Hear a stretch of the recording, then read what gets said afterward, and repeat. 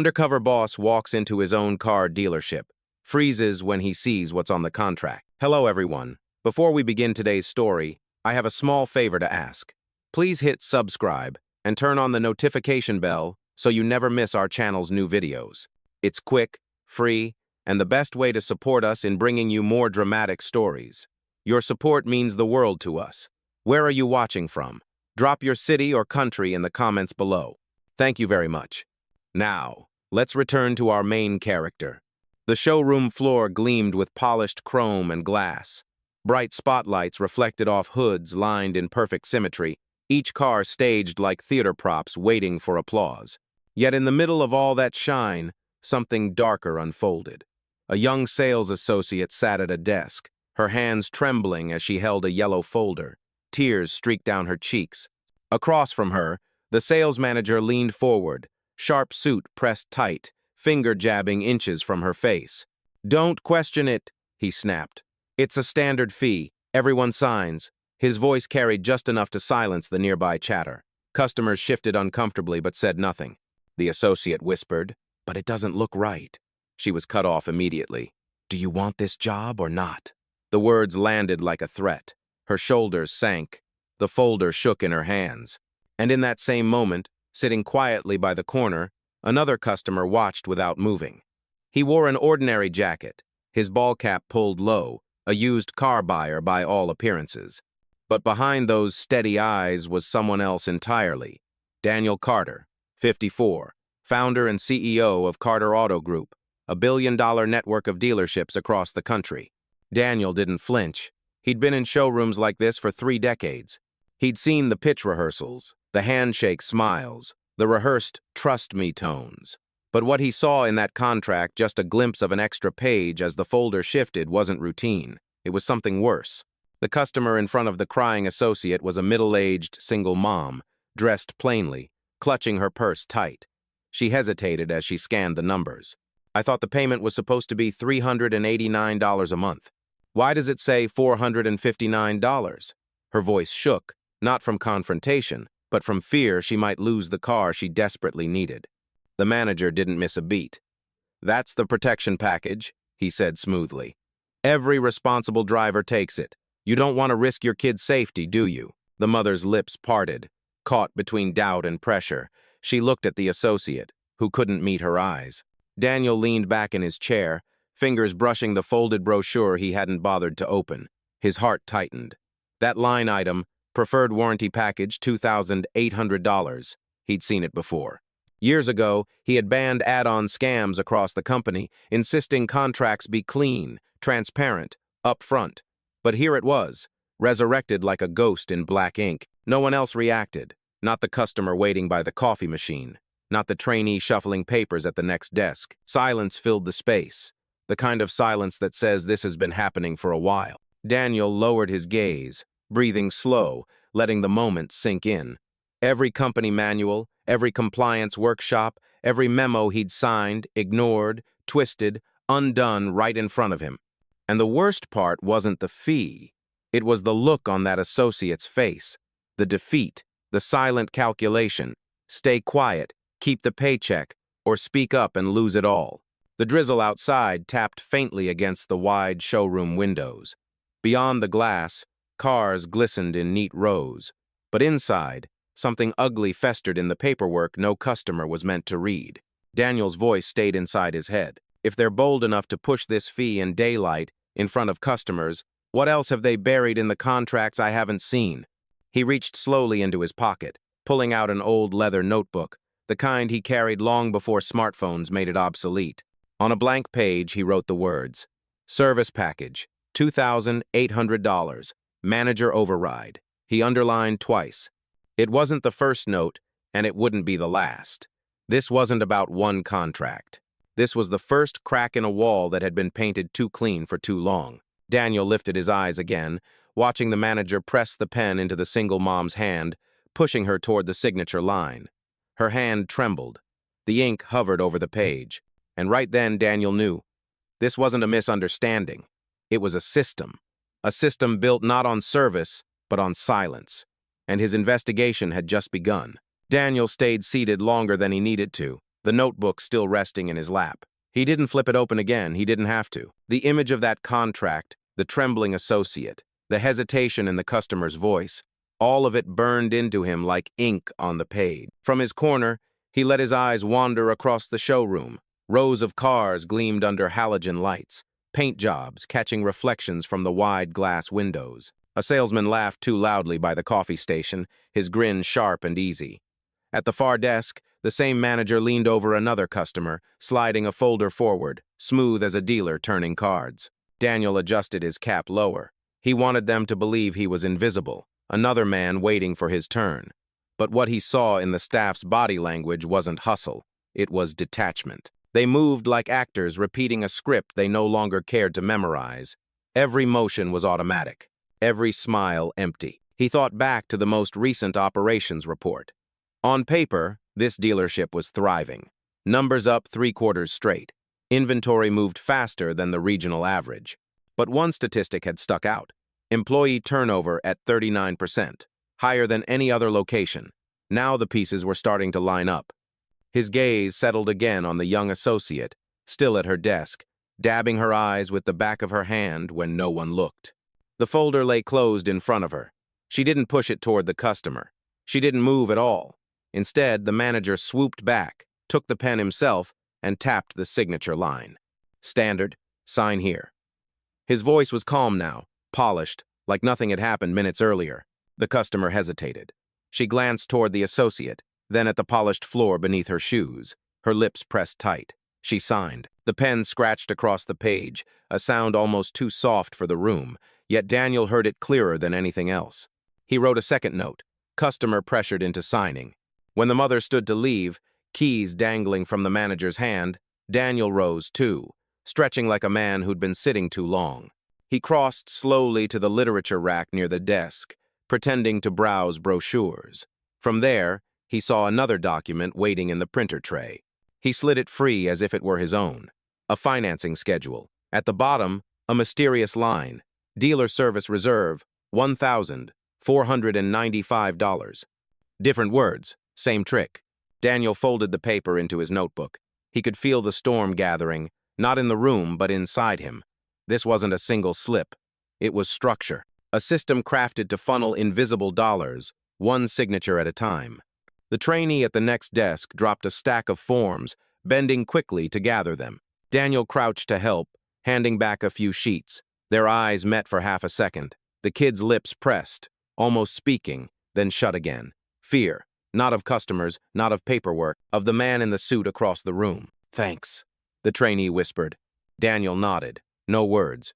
But the truth was written in silence. He pulled his phone from his pocket, keeping the movement casual. A quick angle, a discreet click, the contract page was captured. Then another, and another. He slipped the phone back, notebook closed over the folded printout. At the far end of the floor, a new couple entered. Young, hopeful, their faces lit with excitement at the rows of polished cars. They would sit at a desk soon. They would be offered coffee. They would be told of protection plans, reserve fees, warranties they didn't need. And if no one stopped it, they too would sign. Daniel breathed slowly, steadying the heat rising in his chest. This wasn't the time to confront. Not yet. Evidence first, patterns next. Exposure only when there could be no denial. He reached into his notebook again, this time scribbling a reminder in bold. Audit needed 3 months of contracts. Cross. Check finance fees. Trace signatures.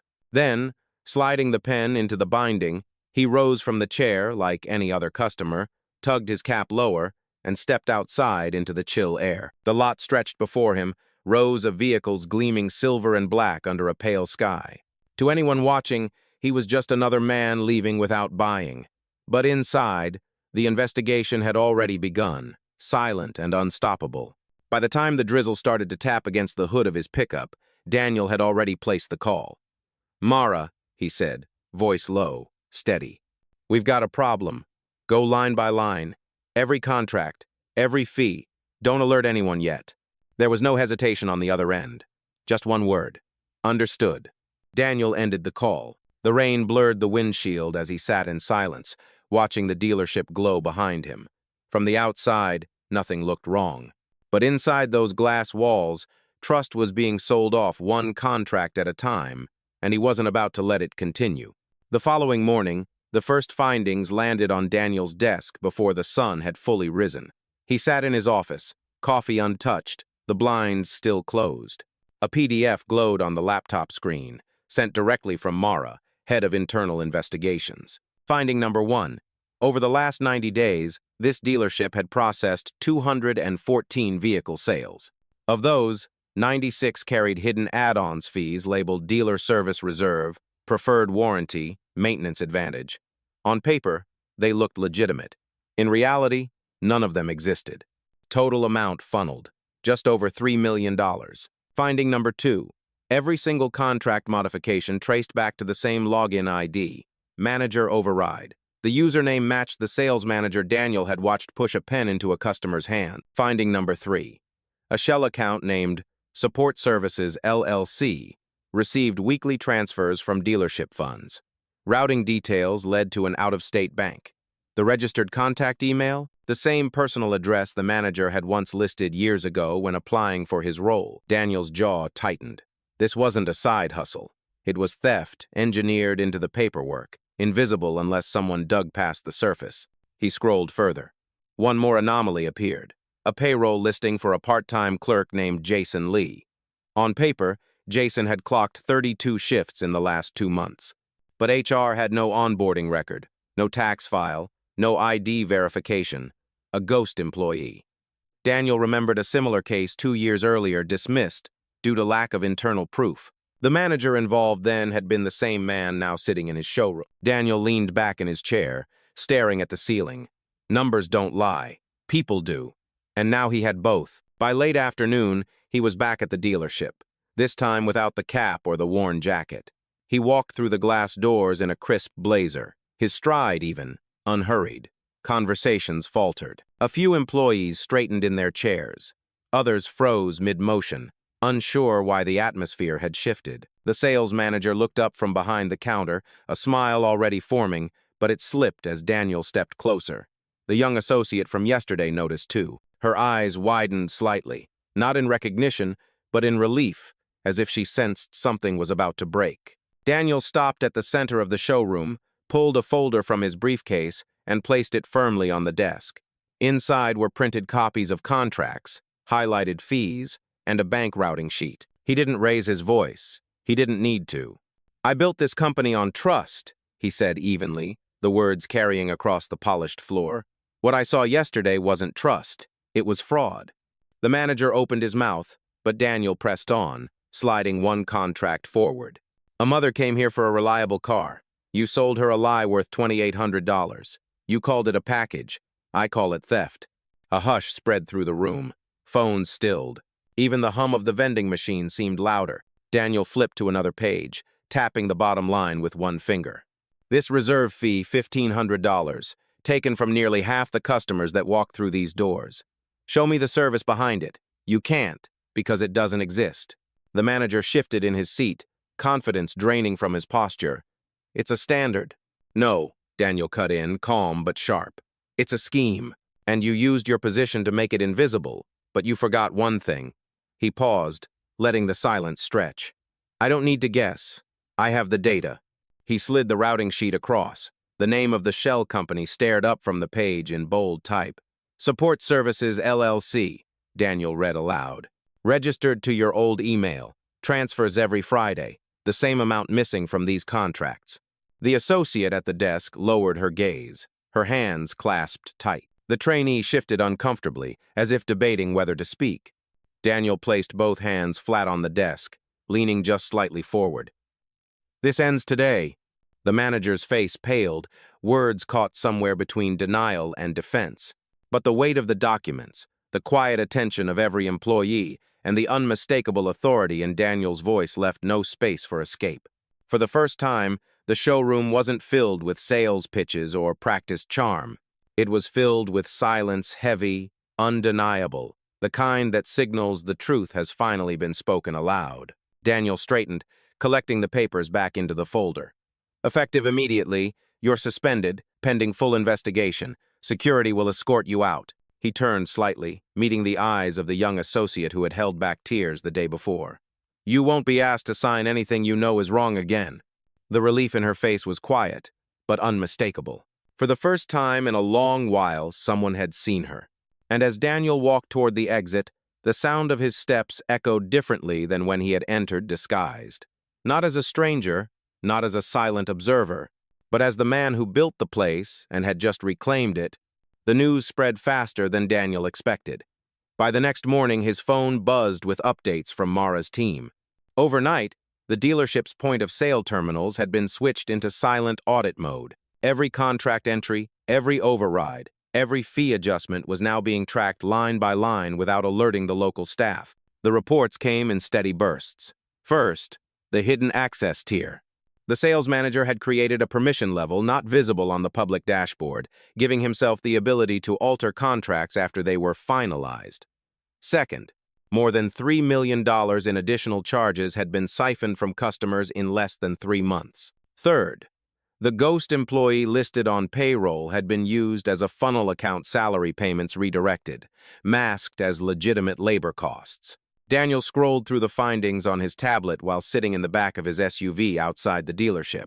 Through the tinted glass, he could see business carrying on as usual. Customers browsing, sales reps shaking hands, a family loading into a minivan for a test drive. From the outside, nothing seemed wrong, but the numbers told a different story. He remembered his own training sessions years ago when he had told new managers, "If you want to know whether a dealership is healthy, don't ask the reports. Watch how contracts are signed. Watch who hesitates and who hides." Yesterday he had watched. Today he had proof. Daniel stepped out of the SUV and walked inside again. This time, heads turned quickly. The staff now knew who he was. The atmosphere had changed. Conversations quieted. Movements slowed. A few whispered, their eyes flicking toward the associate who had nearly broken down the day before.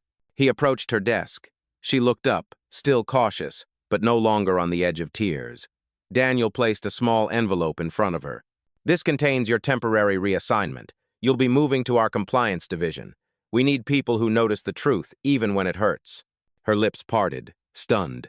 "Sir, I didn't." "You did," Daniel said firmly but not unkindly. "You stood still when everything around you pushed the other way. That matters." The trainee at the next desk shifted again, then finally spoke. "Mr. Carter, I saw him change numbers sometimes. He told me it was just formatting. I didn't know what to do." Daniel nodded slowly. "You did the hardest thing, waited. From today, you won't have to wait anymore." He turned to the wider floor, his voice steady but strong enough for every ear. "This company exists because customers trust us with their money and their safety. If anyone here thinks that trust is optional, you won't be standing in this room much longer." Silence followed. No defense, no excuses, just silence. Later that afternoon, Mara's final summary arrived. The shell company had been linked directly to the manager's bank account. False service packages had been billed under dozens of names, but all flowed to the same destination. The trail was airtight. Daniel picked up the phone, dialing a number he had kept in reserve. "This is Daniel Carter," he said evenly. "I need a full restitution program initiated. Every customer charged these fees will receive a refund within 30 days, interest included. Draft the announcement tonight." On the other end, the compliance director's voice cracked slightly. "Yes, sir. Understood." By evening, the dealership looked different. The sales manager's office stood empty, blinds pulled, his nameplate removed. The young associate now walked with her shoulders straighter. Customers still came and went, unaware of the storm that had passed over the building. Daniel lingered near the entrance, watching the ordinary flow return. For a moment, he let the noise of the showroom wash over him. Voices rising, phones ringing, doors closing with solid thuds. This was how it should have always been. Honest, transparent, accountable. He exhaled, a quiet resolve in his chest. Fraud had hidden in the fine print, but not anymore. The system had been reset. And as he stepped out into the cooling evening air, Daniel knew this wasn't the end of a scandal. It was the beginning of a new standard one, written not in contracts, but in trust. 2 days later, Daniel returned to the dealership for the final step. By then, the audits had been completed, every hidden fee traced, every ghost account flagged. The numbers were no longer whispers, they were facts, printed in thick black ink across an internal report that stretched over 50 pages. When he walked in, the air carried a different weight. Employees straightened, not out of fear, but out of awareness. They knew who he was now. They knew what had been uncovered, and for the first time, many of them realized that silence had never been neutral, it had been permission. Daniel didn't call a meeting. He didn't need to. He stood in the center of the showroom floor, folder in hand, and the room gathered itself around him. This dealership processed 214 contracts in 3 months, he said, voice steady, clear. 96 of those contained false charges, add-on packages that never existed, fees written to look official, $3.2 million pulled out of the pockets of customers who trusted us. He lifted a page, letting it rustle softly in the silence. One man orchestrated it, but he did not do it alone. He did it in a room where others saw, heard, and looked away. Eyes shifted. A few employees stared at the floor. Others glanced at one another, uncomfortable. The young associate from earlier stood still, her hands clasped in front of her, but this time her chin lifted. Daniel's tone didn't harden. It softened, and that shift cut deeper than anger.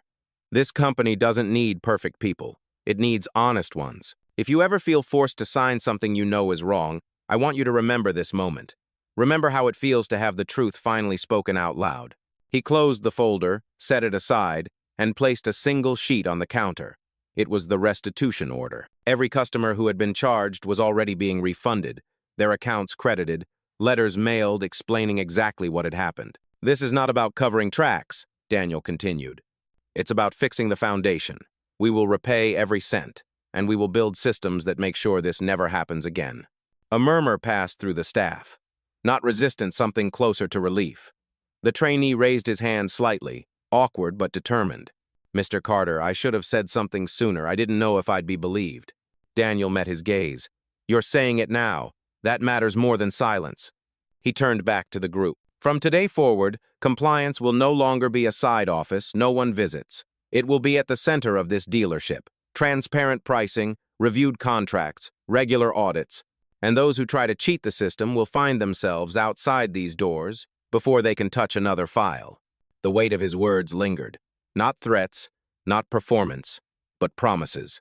As the employees slowly dispersed back to their stations, Daniel walked toward the associate who had stood up against pressure without speaking a word.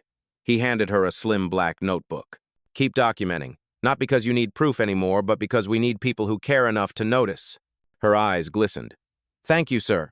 Daniel gave a slight nod, then stepped away. Outside, the evening sun had dipped low, casting the lot in amber light.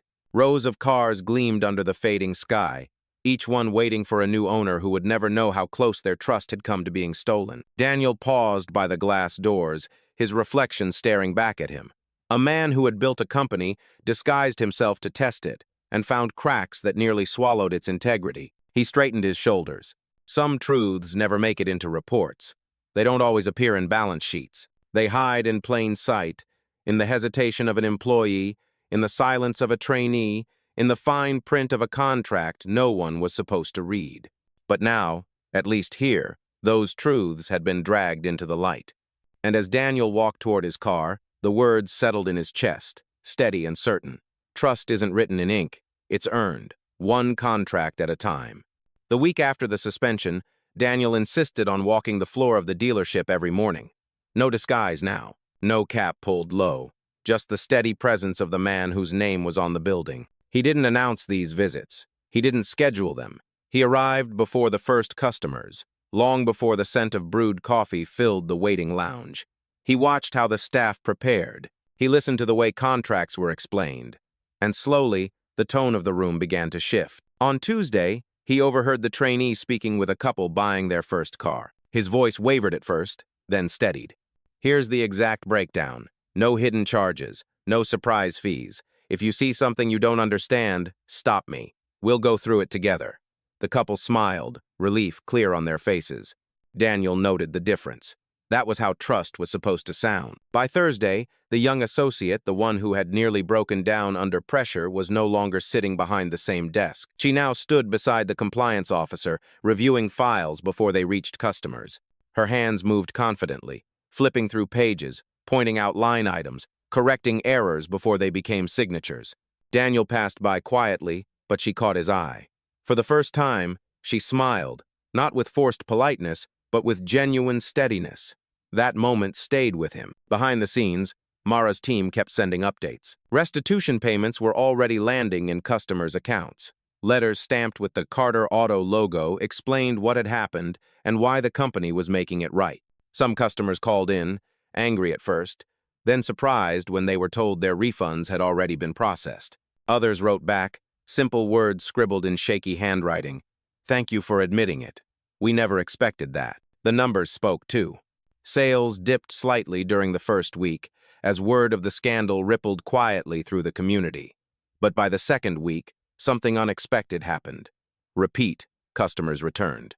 A father who had sworn off the brand came back, this time with his son.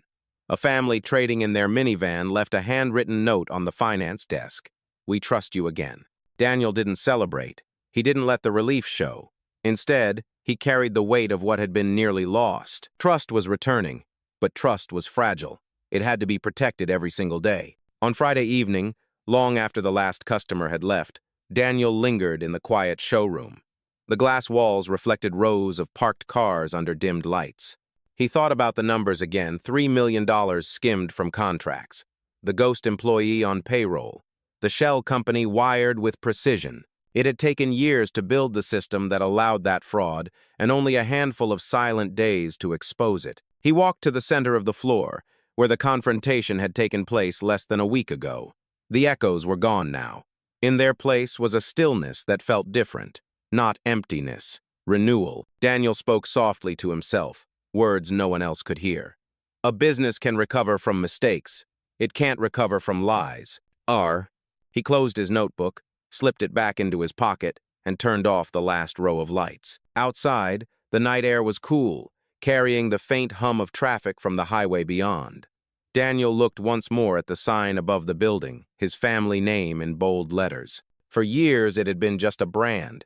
Now, it had to mean more. The scandal had not destroyed them, but it had redrawn the lines of leadership. And for Daniel, that meant something simple, something harder than balance sheets or sales goals. Showing up every day, unannounced, ready to listen to the silence where fraud likes to hide. Only then, he thought, would the company truly belong to the people it served. By the following Monday, Daniel sat in the corporate boardroom, the very place where decisions about growth, expansion, and quarterly margins usually filled the air. But this meeting wasn't about profits. It was about repair. The long mahogany table gleamed under recessed lights. Around it, regional directors shuffled their papers, unsure what tone to expect. Some had only heard fragments of what had happened at the dealership. Others had read Mara's audit in full and knew the weight of what was about to be discussed. Daniel began without preamble. $3 million were stolen from customers under our roof. That number is not just a statistic, it's a scar on our reputation. His voice was calm, but every word landed sharp. We refunded it, but money isn't what rebuilds trust. Behavior does. He slid a slim binder across the table. Inside were the findings, screenshots of doctored contracts, payroll records for ghost employees, wire transfers to the Shell LLC. Each page was undeniable.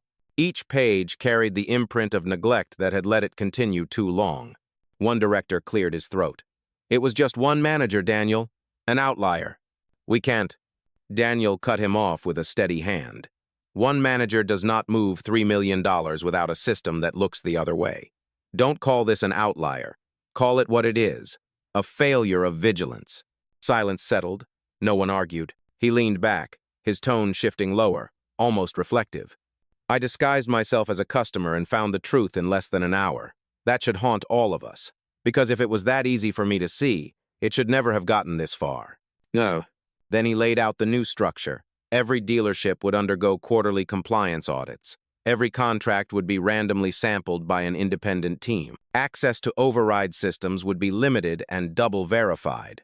Employees could report irregularities anonymously, without fear of reprisal. This is not bureaucracy, Daniel said firmly. It's integrity, and integrity is not negotiable. The directors nodded, some reluctantly, some with relief. They had been reminded that leadership wasn't about efficiency or image, It was about the choices made when no one was supposed to be watching. After the meeting, Daniel lingered alone in the boardroom. The binder sat closed in front of him. He pressed his palm against it for a long moment. He remembered the associate's tears, the tremor in the trainee's voice, the way the mother hesitated over a line she couldn't afford. Those weren't numbers. Those were people. He whispered to the empty room, "Never again." Later that afternoon, he returned to the dealership one final time. The showroom buzzed with its usual rhythm, but the air felt lighter. Customers laughed with sales reps. Contracts were explained in clear, steady voices. The young associate now carried herself with quiet confidence, her role in compliance already reshaping how others behaved. Daniel didn't make a speech. He didn't call attention to himself. He simply walked the floor, listening. What he heard was enough. Transparency, clarity, relief. As he left, a man stopped him near the door, a customer holding keys to a used sedan. "Mr. Carter," the man said, "I read about what happened. Most companies would have hidden it. You didn't. That means something." Daniel nodded once, his answer simple. "Trust isn't a slogan, it's a decision. Every day." Outside, the late afternoon sun cast long shadows across the lot. For Daniel, those shadows didn't signal what was broken anymore. They signaled what had been faced, acknowledged, and changed. And as he stepped into his truck, one thought carried with him above the hum of the engine.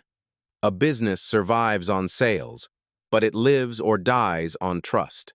By the end of that month, the dealership no longer felt like the same place Daniel had walked into disguised.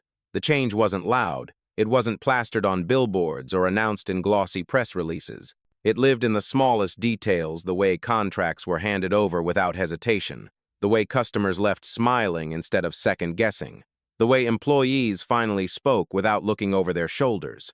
One evening, Daniel stood by the glass wall, watching the reflection of the lot outside. The rows of cars gleamed under floodlights, but his focus stayed on the people inside. A trainee laughed nervously as he closed his first honest sale, the customer patting his back in thanks. The associate, once silenced by fear, now trained 2 new hires, her voice firm but patient as she walked them through clean paperwork. It struck him how quiet victory looked. Not headlines, not applause, just people doing the right thing, line by line. His phone buzzed. A message from Mara. System, wide audits completed. 0 irregularities detected this cycle. Daniel allowed himself a rare smile. It wasn't proof that problems would never return, but it was proof that vigilance worked. He walked toward the exit, pausing at the same spot where the confrontation had unfolded weeks earlier. He could still hear the echo of the manager's voice insisting the fees were standard. That echo had been replaced now by the sound of trust, rebuilding itself, subtle but steady, like a heartbeat. Before leaving, he stopped at the compliance desk. The associate looked up, surprised to see him. "Everything all right, sir?" Daniel nodded. "Better than all right. Keep leading by example. People notice more than you think." Her smile was small but genuine, carrying the kind of pride that doesn't fade when the shift ends. Daniel stepped outside into the cooling night. The lot hummed quietly, cars lined up under the stars. He knew challenges would come again, different forms, different disguises. But this chapter had proven something important. Integrity could survive even after being tested, as long as someone was willing to fight for it. And as he unlocked his truck, he whispered the words he wanted every employee to carry with them, even if they never heard him say it aloud. Trust is built slowly, but it only takes one lie to shatter. Guard it like your life depends on it, because the life of this company does. The following week, Daniel returned once more, not undercover, not as a visitor, but as the man who had walked every mile of this story. The dealership floor was steady now, contracts laid out cleanly, customers treated with honesty, employees no longer carrying the weight of silence. He paused by the front desk, where the associate who once trembled under pressure now reviewed paperwork with quiet authority. She caught his eye and nodded, no words needed. She knew he had seen her, and she knew she had been part of the change. Daniel crossed to the trainee, now sharper, more confident. "How's it going?" he asked. The young man straightened. "Better, sir. Easier when you don't have to hide anything." Daniel placed a hand on his shoulder. "That's how it should always be." Later, he stood near the entrance, the glass doors framing the rows of cars outside. The same place he had once watched fraud unfold in silence was now the place he witnessed integrity being rebuilt. The shift hadn't come from policy alone. It had come from people choosing to do the right thing when it mattered. He thought about the words he wanted customers to carry with them. Not flashy slogans, not empty guarantees, but the quiet promise that trust here was no longer negotiable. As the evening settled, Daniel turned to leave. His steps echoed softly across the polished floor, not heavy with anger as before, but steady with conviction. His voice, carried in narration, closed the chapter. Fraud hides in the fine print, but integrity lives in every line we choose to keep honest. Leadership isn't about numbers on a report, it's about protecting the people who believe in you, even when no one else is looking. A business can sell cars, but without trust, it has nothing worth keeping. Outside, the lot shimmered under the lights. Daniel placed his hand on the hood of his truck, then slid inside. The engine rumbled to life. He glanced once more at the sign bearing his family name. This time, it didn't just stand for ownership. It stood for accountability. And with that, he drove into the night, leaving behind a dealership no longer haunted by silence, but defined by the truth finally spoken.